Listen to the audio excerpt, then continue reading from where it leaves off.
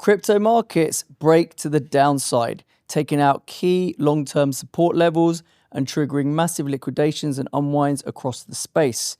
Volatility explodes and put Skew hits multi-year extremes, but it has retraced quite a long way in the last few days, suggesting that the worst might be over. All this and more in this week's Crypto Options Unplugged.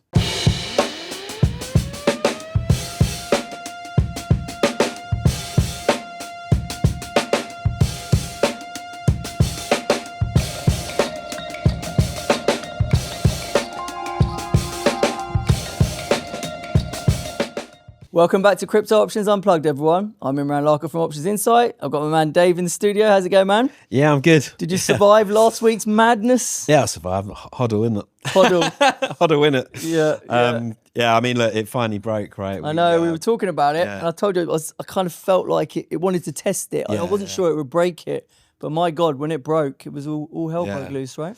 Yeah, and I think you called it quite well last week, and it's kind of like, just respect the price action, right? Yeah, exactly. And we couldn't bounce. Yeah, I mean, it's just, when all the reason why a lot of us are in this space is because of the currency debasement trade, right? That we've been talking about for years. Okay. Yeah.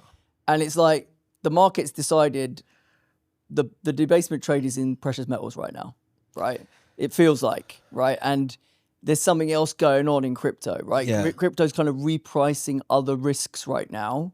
And whether it's, whatever the flows are that are keeping a lid on it, that was kind of making me somewhat nervous. It's like if the news flow's there for it to rally and it can't rally, then something else is going on under the hood. Yeah, it's interesting because I'm hearing this conversation a lot that, now Bitcoin's now failing as like the debasement hedge. I'm not saying that will be the case forever. Like, I think firstly, like one of my pushbacks on that is the debasement trade that by the way, we've been talking about before it was fashionable. Yeah. Like it happens, it's a multi-year, multi-decade like trade, right? Yeah.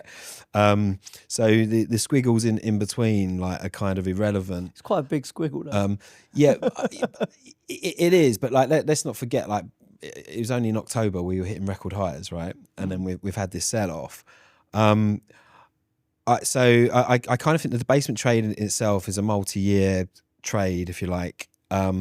And it's an unstoppable thing, right? They can't stop printing base currencies. Agreed. I'm sorry, Walsh, you're not going to be able to go in and do anything. Which is why on a 10, 20-year view, you can't be bearish. No, exactly. These things, right, that have finite supply. The other thing is if you look at like term premium, right, in bond markets, i.e. like the additional yield required to hold longer dated bonds, if debasement was like the key factor driving markets right now, you'd expect term premium to rise. Investors would demand more premium, more yield to hold longer dated treasuries, because obviously that's a dollar exposure. And if you're thinking about debasement, we haven't seen that at all. But isn't that because the bond market's just ridiculously distorted by all QE and that kind of nonsense? It is, right? But like the treasury market hasn't come under any like undue pressure, even with stuff that's been going on in Japan. So I guess my point is I think the debasement is kind of a constant like underlying these markets, and it is going to constantly need these yield curve control measures, financial repression, and so that will constantly kind of just play out. But I don't feel like, and there's going to be moments where that becomes like more powerful and becomes more of an issue and more of an short-term driver on markets versus just kind of just operating in the background. So I kind of feel like right now it's been operating more in the background. It's not been the key thing that's driving gold. So what's been the key thing driving gold? I still think I think this de-dollarization theme.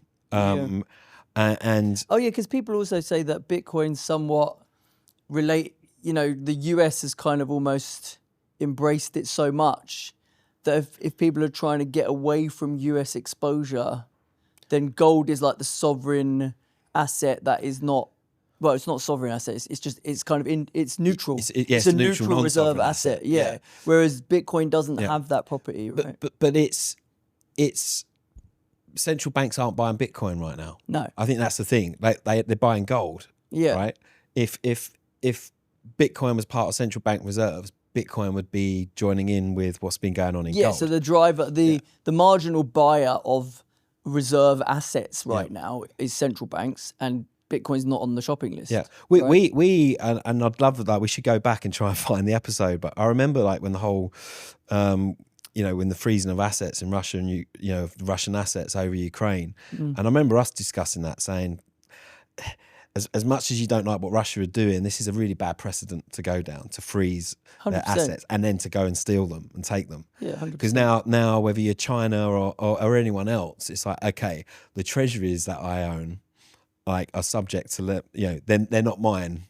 Like, as long as I'm a good actor and behave in accordance to the way that the US or even Europe have done the same thing. So, we know why people are buying gold. Yeah. But we need to talk about crypto, right? Yeah. So why, like, where are we now in crypto? Like, do you think there's enough? Has there been enough on the downside? Are there enough people sold? Because a few theories going around as to what created this cascade. Yeah. Right. Whether it was some big Hong Kong multi-strat fund that got over-levered, right? Yeah. Whether it was IBIT options gamma being way bigger than there was enough kind of free float for, and it kind of drove this explosion and this need to create more IBIT to sell to hedge gamma positions on the way down. But I mean, the skew was nuts. I haven't seen 30 vol skew in like years. Right, so that was pretty extreme. Put that in, and for people watching, put that in like context in terms of. So what we're saying we're saying like generally there's like an imbalance in the implied vol between downside puts and upside calls, right? And that imbalance kind of tells you whether people are favoring the upside or favoring the downside in the near term. Okay. Yeah. So I always track that kind of 1 week skew to see where it's at, and the kind of range it normally trades in would be, let's say, -10, where puts are 10 vols above, 10 vol points above calls, right? The 25 delta, so out of the money calls and puts. So that's usually kind of quite a high level for put skews, like 10, okay? Yeah. And then on the flip side, 5 to 10 for calls as well is kind of where it normally trades. So that's the range.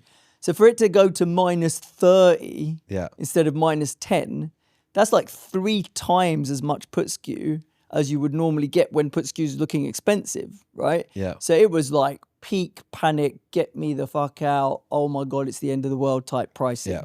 Which is why I had to hedge some of my protection down there. Presumably as well, like obviously you've traded, we talk about like short gamma and dealers being short gamma and then you're kind of having to, as we keep selling off, sell the underlying.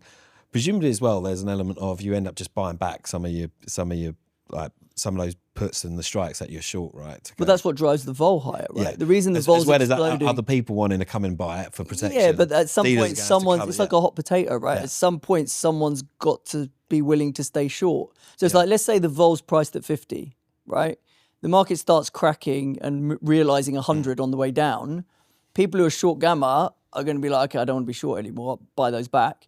So they might pay 60 vol, they might pay 70 vol. And then the market maker who sells 60 vol is like, I don't want to be short this. And they'll cover it and they'll just keep getting, it's like a snowball, right? Keep getting covered until someone steps in and says, 100 vol on this stuff that used to trade at 50 vol last week. Yeah, I don't mind being short that. Yours, right? Yeah, and then that's where it reaches a level where it can chill, right? Yeah. Well, it's just got to find a clearing level where people are willing to take the risk on, right? Yeah. So the front end implieds got close to around 100. The put skew got to -30, and these are pretty extreme levels, especially compared to where we were 2 weeks ago. Yeah. Right.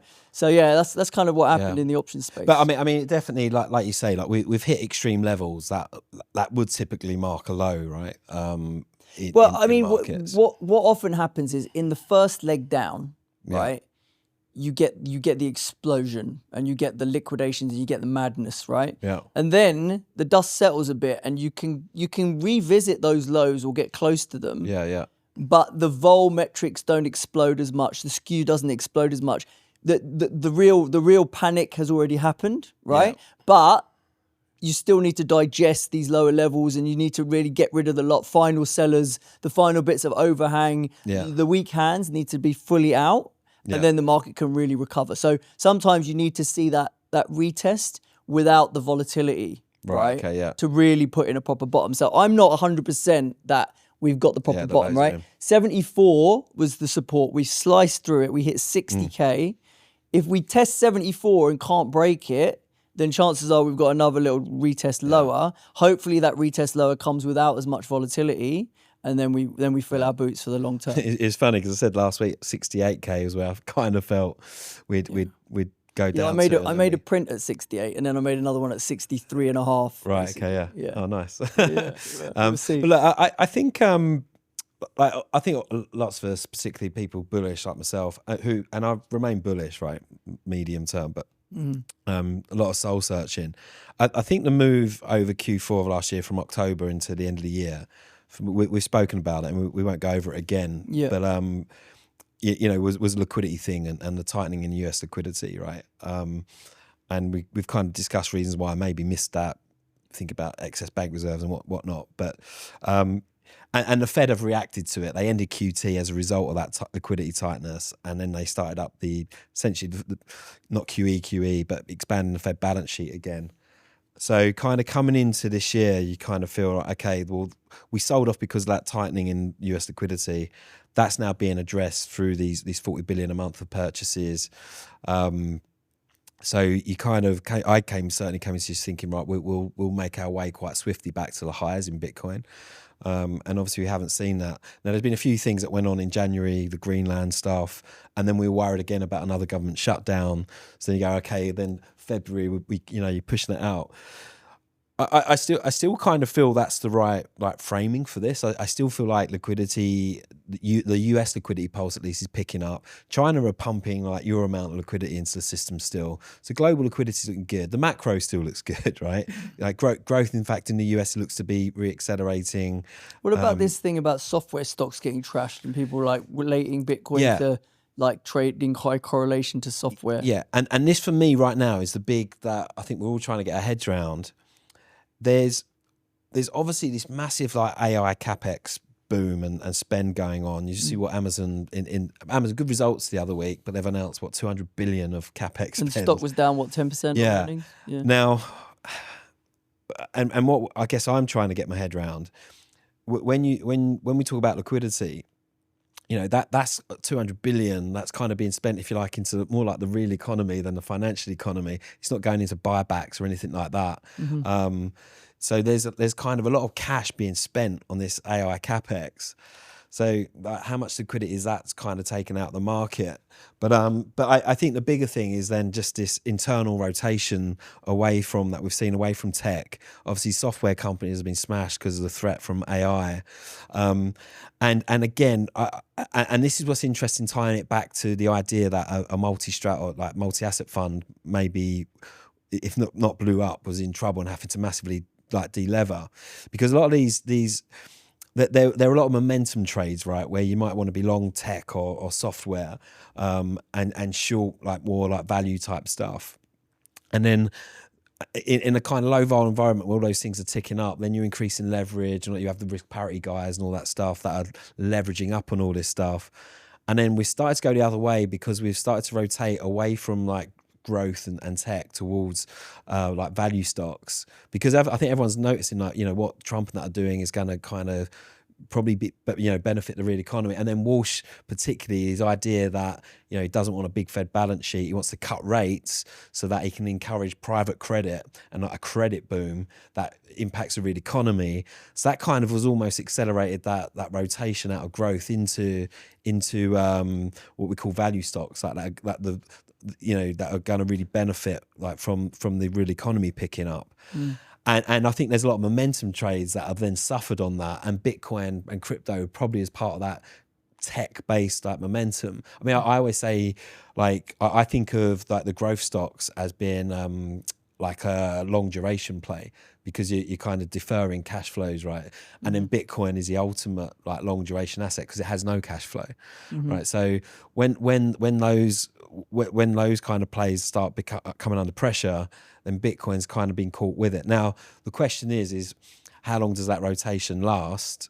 And does Bitcoin continue under pressure?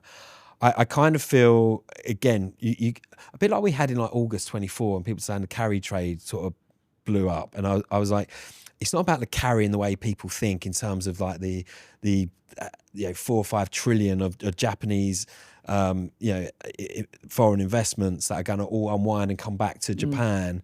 It was more like a highly levered momentum trade based on like a weaker yen and all this stuff, and that unwound. And I kind of feel you've got this like highly leveraged momentum trade within like the tech and sort of growth sectors, including crypto, that's now just being like unwound, at least like delevered. And then it's like, right, okay, once that's done, it's probably run its like process.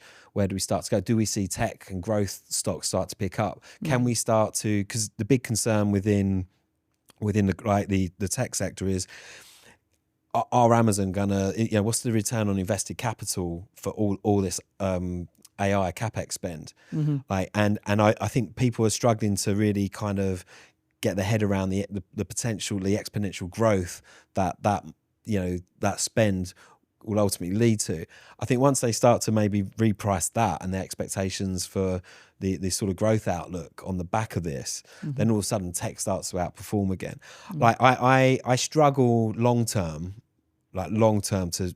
Yeah, I say there's no alternative to being long Nasdaq and sort of tech, but we go through these brief periods, and they are quite brief in my view, where it's like you get a rotation to value, and these underperform, and I just feel we've kind of gone through that rotation. How long does it last? But then I do think then like you find that equilibrium, and then. Like that, once that deleveraging's happened, then Bitcoin can start to trade on other things. Like we were saying, the real economy, it looks like it's performing quite well. We got back into disinflation. You were highlighting. There's macro analysts out there saying that. We look like we're heading more towards Goldilocks, good growth without inflation. Right. Whereas we had been more in a growth ticking up, but inflation ticking up as well. I've been calling it Goldilocks for the last. So to be honest, that's why I think stocks are at their highs. But it looks like the disinflation trend's accelerating and growth's accelerating. So actually, but it's weird, right? Like for risk, that should be like a blow off top for everything. But it's weird. You say inflation's decelerating, but like, isn't that massively lagging because we've just seen a massive pop in commodity prices, like in the last 3 months? So aren't those higher commodity prices going to feed into inflation in the next 3 months?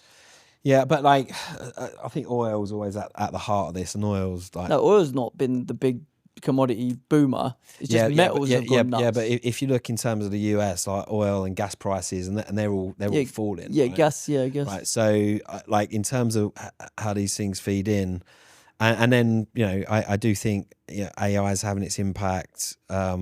Right. China's exporting a lot of deflation across the world. So we're saying services. And then the tariff stuff starting to. So rather than hard like manufacturing raw material inflation, the inflation that kind of matters for the economy is the services inflation and oil, basically. Yeah, like right? As well, you got like the lagged impact of like rental prices, house rental prices and stuff coming through. Yeah. So the market's still only priced 2 cuts this year, even though Walsh is coming in saying I'm going to like slash rates. So I think we're going to have a lot easier rate environment.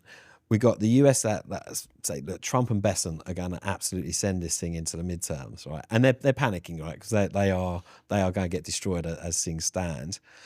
So I still think we're positioned for a massive melt up in all things risk. But you might be right about them goosing it, but it might be that it roofs equities, but it does nothing for crypto. Well, that's what concerns me. That is the thing. Right. But then that's for me where it comes back to the liquidity thing, and that's where I still think Bitcoin, cryptos is going to pick up on the improved liquidity pulse. In terms of tactics, though, right? Like strategy-wise, I think it's one of those. You have to you have to respect the price action, right? So if we get our head above 74k, then you probably want to throw a bit of premium at like 6-month call spreads. Something like that. I mean that's what because I didn't buy any of those on the way down because I was waiting for the price to confirm it was a good idea. And it never did, right? So I did some call ratios like I love to do, low premium call ratios on the sell-off, because those are just quite easy to. They're not a big kind of lift in terms of how much premium you have to put down. And if we get a bounce and vol gets crushed, then you make money that way. So those call ratios are a good defensive low conviction way to try and buy the dip. Yeah. But the high conviction, like, okay, I'm in now and this is my proper purchase of the dip, I think has to wait for us to kind of retest 74 and actually get above it, right? Yeah. I mean, like me looking at it now, I still think the underlying macro and everything is and the way the liquidity picture's developing is supportive for a really decent move higher. Say into the midterms, that was kind of like my thought process. Midterms of November, right? Yeah, so that's got time for that. Yeah, that's not really changed. Yeah, I think realistically, given like what we've just seen, you're probably we're going to be in some probably frustrating consolidation mode for a couple of months to let this all clear out. Yeah, because worry now as well. Okay, if there was a multi-asset fund that blew up, like last week's price action must have hurt a lot of people. Yeah, are there going to be more dead bodies come to the surface? So we're probably going to chop. You kind of feel like the lows are in, but to your point, maybe you do drift back down there, and we have another little like kind of drift lower. It's going to be like a choppy. I think my game plan is, so I had a load of 85 puts and 80k puts on Bitcoin, and then I also had some 2200s on ETH. These are all things that I had like this time last week.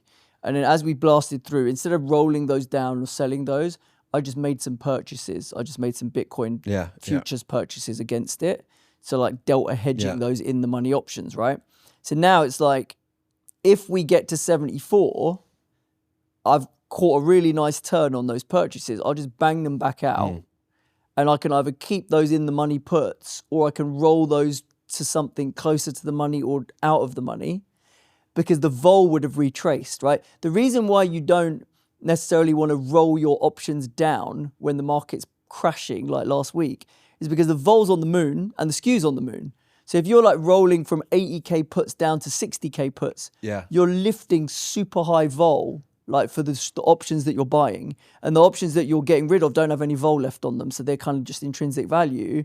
So you don't want to do that because the vol's too inflated. So now, by just buying some futures and then you get the bounce, the vol is now deflated back down. Yeah, you then bang out the futures that you bought, and now you roll all your options down to a vol that's not too expensive, basically, right? Yeah. So that would be my game plan.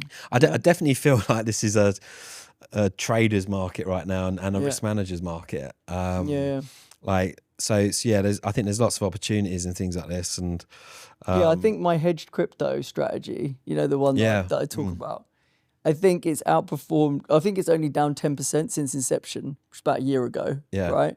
And the underlying's down like 30+%, right? So it's outperformed quite well. Yeah, I'm quite happy with that. But that is done what it's designed to do. Yeah, exactly. That's what it's supposed to do, right? Like 100%. And then on the upside, when we were at the highs at 126k or whatever, it was participating in about 2/3 of the upside, right? So it's taken about a third of the downside in the shit show. And it was actually participating nicely in 2/3 of the upside, with a chance of catching up had we just kind of stayed near the highs for a month, and like that decay would have dripped in on the short calls or whatever. So I think it's a bit of a no-brainer. I mean, I think Saylor should have been doing that. He's saying it for years. He never does. Well, he's still buying in a way. He's not giving up. He's not buying as aggressively now. No. And I see his latest purchase at like 78k. I don't know, like 78. how's getting these feels. He needs to work on his execution skills. Yeah. But like, look, I kind of let's see how the next few weeks wash out. It's probably going to be consolidation,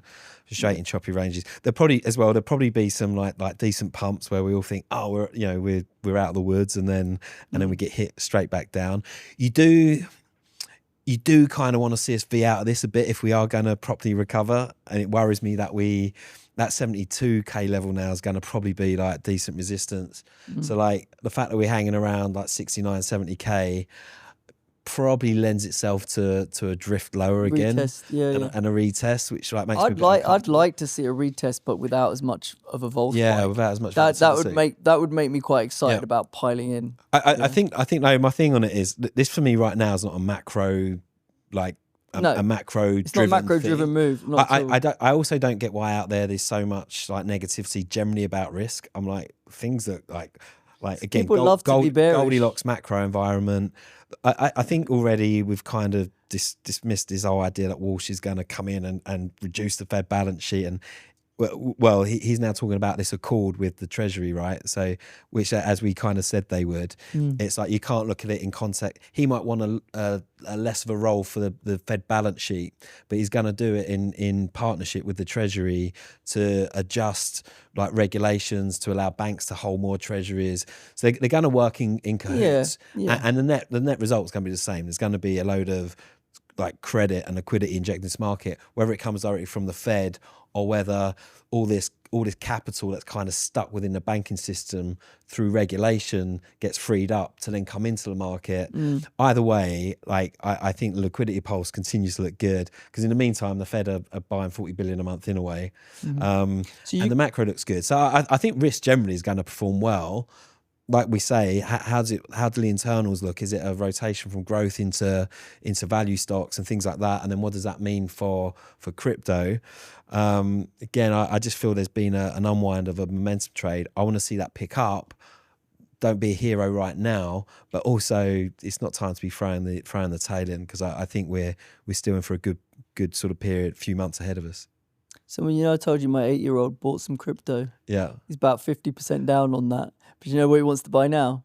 He wants to buy Tesla shares. Tesla. Yeah. He wants to buy, he likes the prospect for like robo taxis and robotics and that. I saw a tweet that Elon was saying that he wants to colonize the moon now, not Mars. Because Mars is going to take too long. So he wants to do the moon because we can go back and forth a lot faster with the moon. Yeah. But anyway, sidetracking. Who'd you catch up with this week? So I caught up with Praneeth from Ethereal Ventures. And actually it was nice to have a break from looking at price action. Yeah, he's not really, like, he's not trading, is he? Yeah, and also, like we talk so much about what's been going on in the institutional space. ETFs have dominated mindshare. Obviously, all the treasury companies and the Bitcoin treasuries, and then we've seen lots in the public equity space with the IPOs and stuff like that.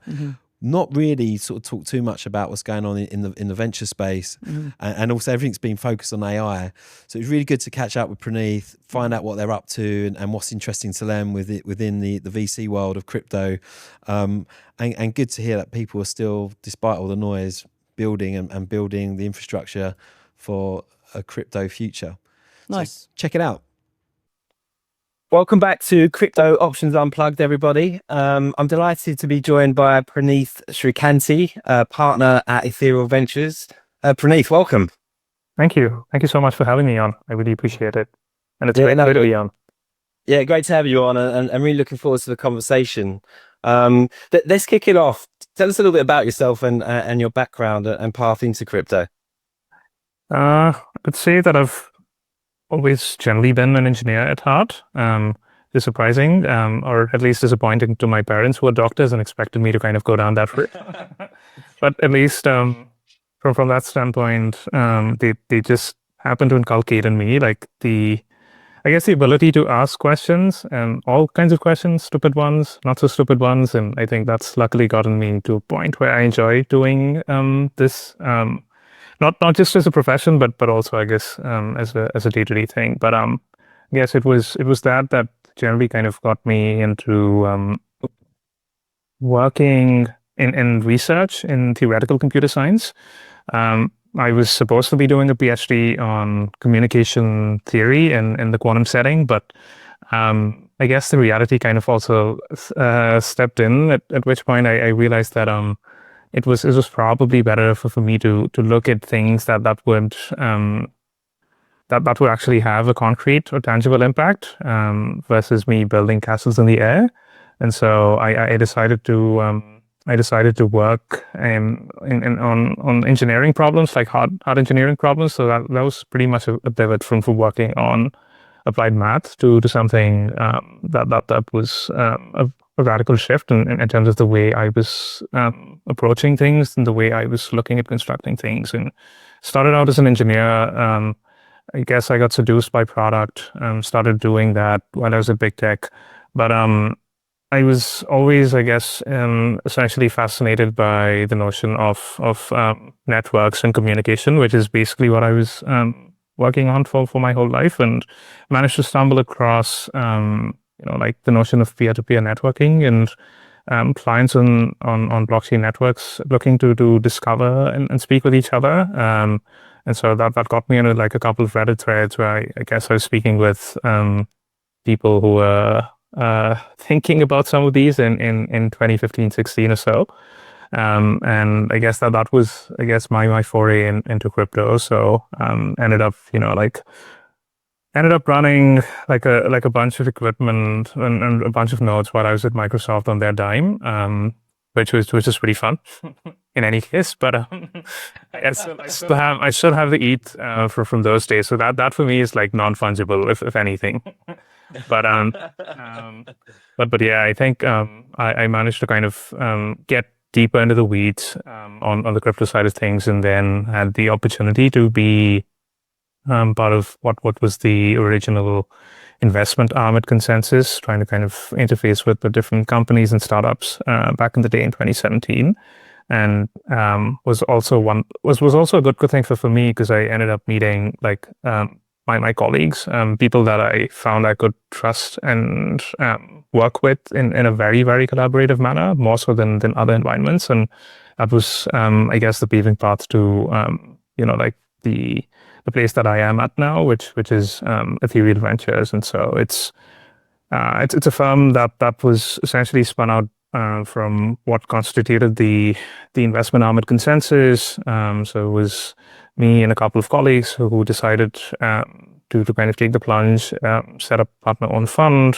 and yeah, I guess the rest has kind of been history from there on.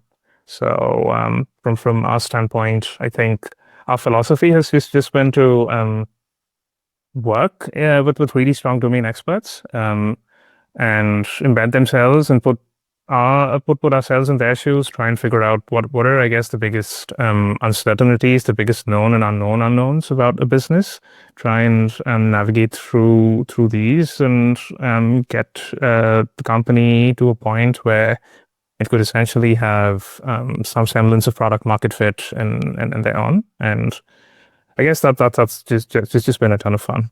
So that's something that we've been doing since 2020, 2021 out of this fund vehicle. And that's something that hopefully we will keep doing on for the next few years. So this is very like early stage venture, like pre-seed.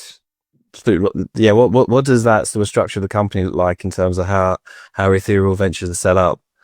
Yeah. So I think, we do like to partner with companies and founders at the earliest institutional stages, really, and also I think just work through them through a lot of the operational dynamics that are generally concealed when people think about starting a company, launching a product, or essentially think about what it means to have third-party stakeholders interact with their services and the like. So I think we do specialize in the pre-seed and seed arena, and we generally like to have our skin in the game, so to speak. So we have a preference to either lead or co-lead rounds with trusted partners, and make sure that we're generally aligned, and we're in some sense making ourselves fully available to the companies and thinking about the problems that these companies are thinking through. So that's a preference. That's a bread and butter. And I think that's something that also is something that we just enjoy doing fundamentally. So we're a small team, but we want to try and keep it keep the operating model as such. So yeah, I'm always interested, like with VC firms like yourselves, in terms of, because I mean, particularly in crypto, like it's mind blowing the amount of innovation in the space, the different products, like how you formulate a kind of investment thesis and kind of organize and structure that investment thesis. You must be inundated with projects and businesses that look really interesting. How do you kind of formulate that thesis and to decide what you're going to sort of pursue and go into? Yeah, no, I think that's a good question. I think if I even take a step back, I think that's something that people doing anything market related have to have a view on, especially people who want to be good at be trading, be investing fundamentally. It almost always is a better thing to actually think through a certain set of hypotheses and think about what could be, I guess, the second or the third order effects and position oneself accordingly. And that I think is very true. And I think that generally holds water in a variety of markets, in a variety of asset classes. Actually curious to hear how you kind of think about the same in a one way, shape, or sense. But from our standpoint, I think we are, I mean, we're lucky to kind of be in the orbit of a few very interesting, I guess, confluences. So we've been part of like the consensus family for quite some time, and we've had the opportunity to broadly see the evolution of technology and the evolution of the products that people have been using in crypto since very early on. And there's this aspect, there's the aspect of founders that we've been backing through the early days of crypto since 2017 onwards that we still managed to have good relationships with. And also I think the portfolio generally plays a very, very important role and these founders generally play a very important role in providing us and helping us keep a better and get a better sense and develop better antennae for the things that they're seeing, the kinds of products that they have a need for, and what they think will probably shape the way people will keep using crypto products, crypto rails and the like. But in general, I think there's times when there's and it's also like a reflection of the market. So there are times when you are hit essentially with a ton of deals, and there's times, especially say towards the end of the year when people are wrapping up and the like, when you do have like time to start thinking about things and generally like having a moment to sit back and reflect on how things are progressing.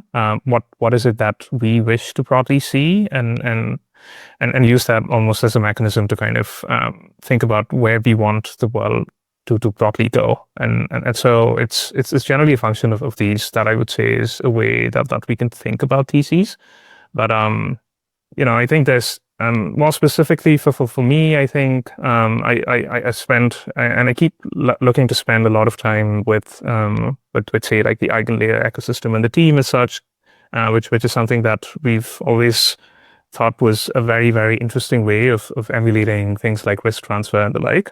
And so that's something that that's something that gets us in a place where we generally think about what is it that could happen now that you have essentially like this is a source of economic security on chain. Like how is it that you can essentially think about using that to create like new financial instruments, new mechanisms for pricing, like for pricing risk, and also trying to wrap things that wrap things in a manner that might essentially be products that could be consumed by a broader class of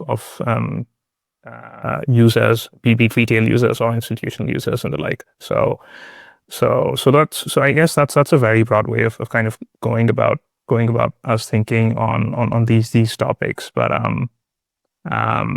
like there's also like influences that we see, like so when you generally think about flows of capital in crypto, we've kind of seen retail participate, and now the next logical thing is for institutions to come in. So really thinking about what is it that what is it that retail generally favors? What is it that institutions need? And trying to kind of position yourself accordingly to have exposure to this product category. So that's something that we did with backing companies like Alluvial, which was doing institutional-based liquid staking, taking bets on companies that were essentially playing around or offering a mechanism to play on rates. And like Nunchi for that matter, and recognizing that it's you basically need to kind of start thinking about new market participants in crypto and try to have a way to to cater to these consumers and these customers and build up products for the same.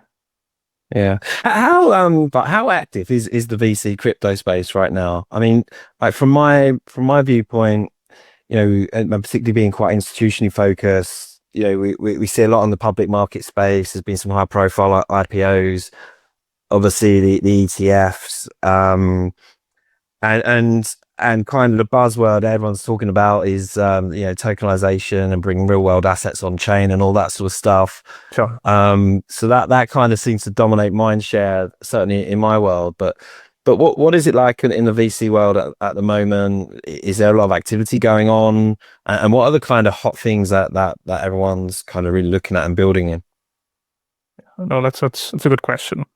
I think in some sense, looking at market cycles and the like, I guess the last wave of crypto was generally about I guess creating infrastructure for what was essentially trading tokens. But if I have a very short summary about what the next wave would look like, I think it's going to be thinking about how crypto becomes an enabler for trading risk and trading trust and neutrality or rights, however that might essentially look like. So I think it's in at least in my perspective, ventures basically underwriting the infrastructure for a world where everything essentially becomes financialized. It could be compute, it could be energy, it could certainly be credibility, and it could also look to have more of even an impact in the real world, where you're not just pricing, say, volatility, but you're, I guess, also pricing things associated with changes in the real world as the way things stand. So in terms of venture as such, I think I guess people are generally recognizing that it is more apt to look at what has been happening in the traditional financial world and the way venture is done, which is to, I guess, focus on explosive growth, which could essentially lead to sustainable edges over time and therefore value accrual. So I think that's something that has become very much apparent, I guess, in the kinds of deals that are being underwritten, the kinds of questions that people are asking.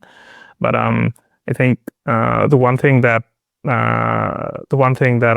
we're generally seeing a lot more of is essentially not just utilization of Rails, but also with a lot of the AI boom generally coming in. I think crypto essentially becomes the layer for neutral, non-aligned infrastructure. It could essentially be things that could be useful for settlements in some sense. And even though things are generally very, I guess, fragmented at this point, so that's something that it's an exciting space to generally look at and try and figure out what is it that might come from this. It's kind of a setup that we have. What might essentially be the emerging market structure. So that's something that has generally been going on. VC as an asset class itself is something that I guess people have seen shrink in terms of the actual dollars allocated to the same. This is something that has been pretty consistent, but I think it's now's the time that it might actually be very interesting in terms of figuring out how being disciplined and in terms of trying to understand what you're underwriting and also kind of taking more of a worldview in terms of where crypto might look like is something that might essentially turn into some pretty reasonable outcomes in terms of what fund could return. So that's the general way that we're thinking about the same. Yeah. But how are you thinking? I mean, you touched on AI there. How are you thinking? Like, because in my mind, crypto is kind of a natural complement to AI. How are you thinking about that? How much as well as AI drained mindshare and more importantly capital away from crypto? I mean, it's something I battle with from a macro side of things. How much are we it has crypto's underperformance over the past year been particularly on the retail side, just jumping into AI and the next shiny thing. How do you view that world in terms of, say, its complement to crypto, and also the challenges it's presenting from being a sort of crypto focused VC? What are your thoughts around that? Yeah, no, I think in one way, shape, and sense, it's pretty interesting to see that yeah, there's definitely a lot of outflow in terms of capital, not just from very risk on asset classes like crypto, but also, I guess, more stable, so to speak, SaaS companies to AI in one way, shape, and sense. And that is reflective of, I guess, the interest that people have in the category, as well as the capabilities that it might basically have in terms of empowering people to generally kind of spin up services and spin up functionality in a matter of a few minutes, as opposed to what used to take maybe months. And so that's something that is pretty intriguing in some regard. But I think crypto is such as amazing in terms of just making the untreatable treatable, and also at thinking about pricing risk and volatility perfectly in that manner. And so I think in that sense, there's these companies that are thinking about like looking at the CapEx spending cycles in AI and trying to basically utilize these as I don't know, like yield sources. Like crypto is fundamentally always hungry for yield. This is, I guess, a fun way to kind of think about it. Extend that also to things that will essentially be required for this cycle, so to speak. Things like power. And things like compute and storage and the like. So all of these phenomena and all of these capital shifts are ones that could probably be served by crypto rails in a fundamentally fun and easy manner. But the agentic version of the world is something that I guess people will probably is something that will force people to actually think about crypto and its true I guess its true capabilities is this neutral layer of and a neutral arbiter, right? So people have been losing, or at least spending thousands of dollars with random misconfigurations on Claude, and I guess this is something that will get people to recognize and understand that there's ways to kind of think about containing risk, or at least pricing the same, and also working with a setup where you understand what exactly you are going in with a certain intent, and making sure that like the output of whatever you achieve, whatever you want your agents to achieve is deterministic, and essentially using mechanisms that could ensure that this properly happens. And we have a lot of the underlying primitives in crypto, from having skin in the game to having tools like zero knowledge, I guess, capabilities that might essentially try and tie all of these in together. And so I think it's a very interesting it's a very, very interesting piece to actually start thinking about compute as an asset, thinking about provenance and the markets for provenance, thinking about payments for and agentic commerce, thinking about essentially what would be the basis for adversarial truth systems. And so this is all something that will probably keep taking time to pan out. But given the pace at which AI is progressing, I think these are things that might just be accelerated in terms of people actually having a need for all of these. So yeah, it's interesting.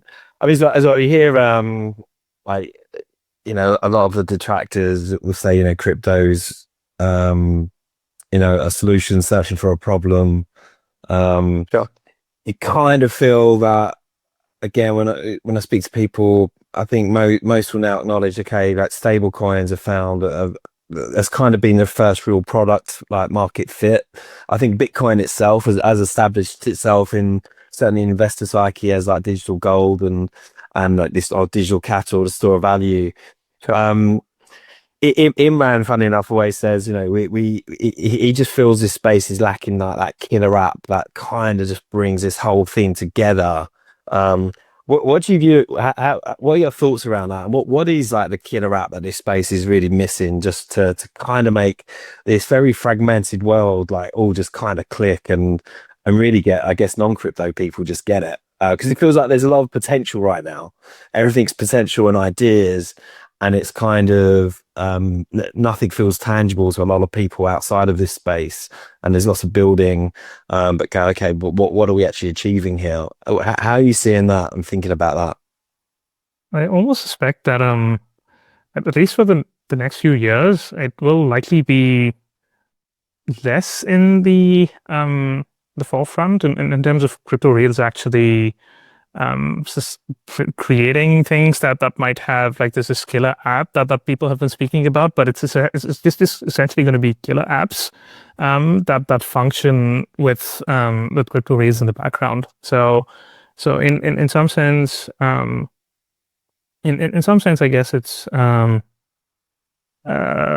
it's essentially like not things like tokenization. I mean, yeah, you do have like the growth of stables. I guess you do see a lot of things that are actually getting on chain as it relates to private credit, or I don't know, like tokenized gold, or tokenized hedge funds that are trading, I don't know, electricity contracts, which is great, which is fun. It's fundamentally the ability to do rehypothecation at internet speed, and so that's something that people recognize about crypto. Yeah. And so I think this is something that will keep coming up, and people will see that this is the way that this is the way you fundamentally think about creating new assets. This is the way you think about standardizing things that are weird, in terms of things that people haven't thought about edge cases for. This is the way that you actually settle globally. This is the way that you build up liquidity quickly. And so this is the way, I guess, crypto will function in some sense. And so that I think is the way I see it. But if you also generally think about and I don't pretend to be someone who's an expert on geopolitics, but I just fundamentally think that crypto is perfect as this substrate for trust, when I guess the contract between nations fundamentally decays, or at least changes in the way things were looking in the past and what it looks like now. And so I honestly see that it's harder to probably express an idea in terms of what a thesis for that might look like, or a product for that might generally look like. But I just feel like that's the shape that crypto will take in one way, shape, and sense. And if you generally think about it, like a lot of like the discussions around Ethereum, even back in the day when Vitalik was posting about it, were pretty much financial in nature. And so and finance is pretty massive in terms of like the percentage of the world's GDP that it generally kind of contributes to, if anything, and crypto superpowers just kind of adding on to that.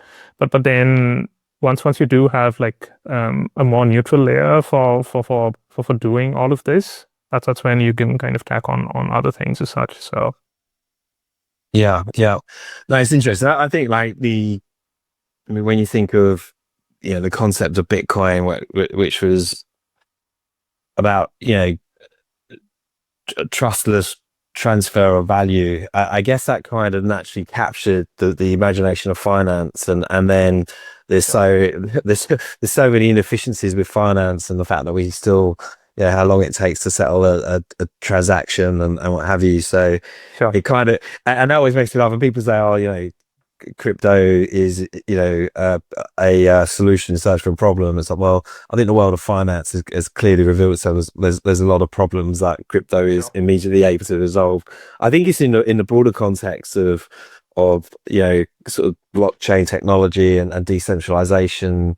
People kind of I guess maybe don't realize how centralized systems that they're using are. The fact that a lot of the value accrues as well to a small kind of few individuals. I guess that's also something that is being, I guess, disrupted in some sense by AI, I guess. So you do have a lot more value that is now, I guess, opened up to a broader set of people in general, people who did not used to be developers, but can essentially have agency, think about different things and set things up and act on it and maybe accrue value to themselves. So there's that in every shape and sense of the term. So yeah. Yeah. I think as well, like from my point of view, like let's think about a killer app. I don't know if it's so much about the killer app than it is around like user experience. Like crypto always still feels very clunky to sort of use still. I think where we really see the adoption wave is when people are using crypto, not really realizing that they're using blockchain rails, and it just feels like a usual app that they'd go on to, and I think that's for me, in my mind, that commercialization of a lot of this technology into a very kind of user, a better user experience, like consumer friendly products. Yeah. That feels like a big kind of next step, at least. That's fair, but I mean the one thing that I guess people have come to consensus on is that institutions will be using these rails, and but when you kind of think about killer apps for institutions, it's probably very different from what you have in mind for a killer app for consumers in some sense. And so yeah, I don't know, but I mean, like there's this really cool things that that even as a consumer, I'm like, yeah, this is pretty fascinating to generally use and think about. Where like I've used CK Passport for that matter, and the ability or like there's this thing called CK Aadhaar, which is like the you can think of Aadhaar as the social security system for and the identity system that India has put in place, and the ability to kind of generate like a zero knowledge proof of the fact that you hold certain attributes and just present that and be verified on chain, and then access things like I don't know, like a ticket to DEF CON, or essentially the ability to participate in like an ICO.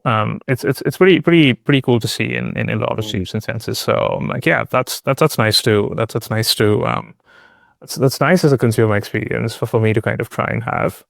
So yeah, I don't know. It's probably this is though. Yeah. How much as well? This might sound a silly question, but how much does the price of Bitcoin and the price of crypto like impact your space and deal making and the innovation? Because I kind of feel like I have a long term, from a macro viewpoint, a long term kind of view on Bitcoin. Sure. So I'm a little bit. Obviously, we all feel better when prices going up, but I feel a little bit indifferent to it. I kind of have a long term view. I feel it impacts, so at least deal making activity and what's going on in terms of deals getting done, which I kind of feel strange in that, if you're building a business around this stuff, to be influenced by Bitcoin being down 30% or up 30% in any given period of time. How do you see that? And is it something you think about? I guess in the short run, it probably doesn't make itself very significant. Although the one thing I would say, at least from like a tactical standpoint, is that the higher the price activity or the volatility of these assets in some way, shape, and sense, the more you kind of see a trickle of new developers coming in, and that I guess is maybe a function of, I guess, maybe the new startups that one might keep seeing on a day-to-day basis. But I think in general, it's interesting. So I think there's Bitcoin has pretty much been a driving factor, if anything, for thinking about crypto assets and the way they've generally kind of moved in tandem with Bitcoin's price as such. But I think in the long run, I think this is something that that is fundamentally going to be more affected by macro than anything, and I guess the second order effects of what that might mean, but with regards to institutions and big capital allocators, and how they spend their capital and how they decide to allocate their capital, which is something that will increasingly be the case with Bitcoin as such, given I guess the nature of the holders of the asset, and so that's something that will certainly kind of have a major impact. But I think we are seeing that at least in terms of venture, that the notion of the premium that you associate with tokens is something that is shrinking or has shrunk to something that is below what you typically associate when you think about multiples associated with businesses.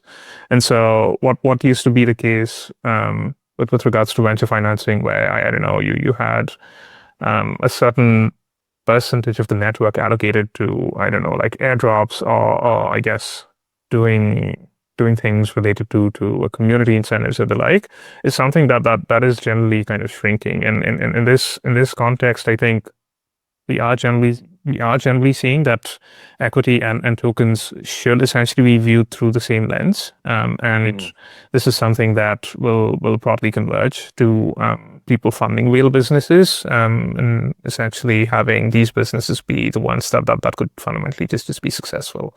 So that is a broader, I guess, impact if one could think about with regards to the cycle, if you see that from, I guess, November 24 on or I would even say like maybe October or even mid 2024 up until now. So that's the way I guess things have generally looked. But I'm actually even curious to see how like the 4-year cycle will generally hold up now, and see how that probably goes. But Yeah. Well, I think those who subscribe to the 4-year cycle feel they're winning that argument at the moment. But yeah, I hold the view that the 4-year cycle thesis for me, again, it's more linked to macro cycles, which rather than a halving cycle in Bitcoin. Yeah, I feel I have to acknowledge right now, I've been saying that for a while, and yet we've had this big correction. But I'd be interested if we rally harder off of this. 100%. And I mean, Bitcoin correlation is generally like regime dependent. It's risk on trades like Nasdaq. In a crisis, I guess liquidity, and if there's like an inflation shock, might trade like gold. But I don't know. I mean, it's certainly something that that's very, very dependent on macro in some sense. So yeah, it is what it is. Yeah, and I mean it's amazing to me, like when I think of Ethereum, like particularly Ethereum, like when I and not to sound too much like Tom Lee on this stuff, but like when you look at the fact that so much of the world of tokenization within finance is building this space, you're looking at sort of BlackRock and tokenized funds and all these things. Sure. It's amazing to me to think that it's had pretty much zero impact on price so far for Ethereum. It's like kind of not gone anywhere over the last few years. Go back to the sort of glory days when a headline like BlackRock are going to tokenize a fund on Ethereum, and that'll absolutely send it. Now there's, again, it seems to have less impact, but I actually kind of think that's a good thing, because we drown out some of the noise. It's funnily enough, I think I was seeing Society General and their shares were pretty much performing a good bit, at least on the sentiment that they would be launching their stables, and I guess on account of the sentiment that they were among the first banks to launch, I don't know, like bonds on Ethereum. So like, all right, this is a fun little circle from where things kind of have come up. But no, I think you're pretty spot on there in terms of how things would look in terms of price. But yeah, I mean, to me, I think people will start thinking very, very seriously about decentralization, not as a feature, but what it can fundamentally enable in terms of